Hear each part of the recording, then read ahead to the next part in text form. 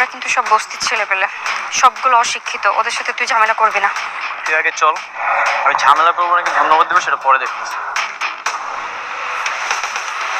কি গো সুন্দরী, মাথা নিচু করে গেলে হবে নাকি? একটু তাকাও, আমরাও দেখি। সুন্দরী দেখতে লজ্জা পাইতাছে, সাথে একটা পোলা মাছ দেখতাছে। ইমন, ইমন চল, এদের সাথে ঝামেলা করিস না, চল ভাই। তোমরা আমার বোনকে বিরক্ত করছো কেন? করছি, ভাল লাগছে, কি হয়েছে? এভাবে রাস্তায় একটা মেয়েকে বিরক্ত করতে লজ্জা করে না?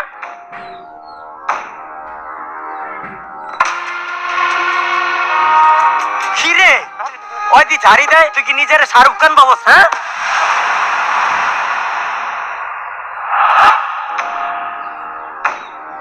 ভাই চল এখান থেকে, এখান থাকলে মারামারি হবে। চলে চল।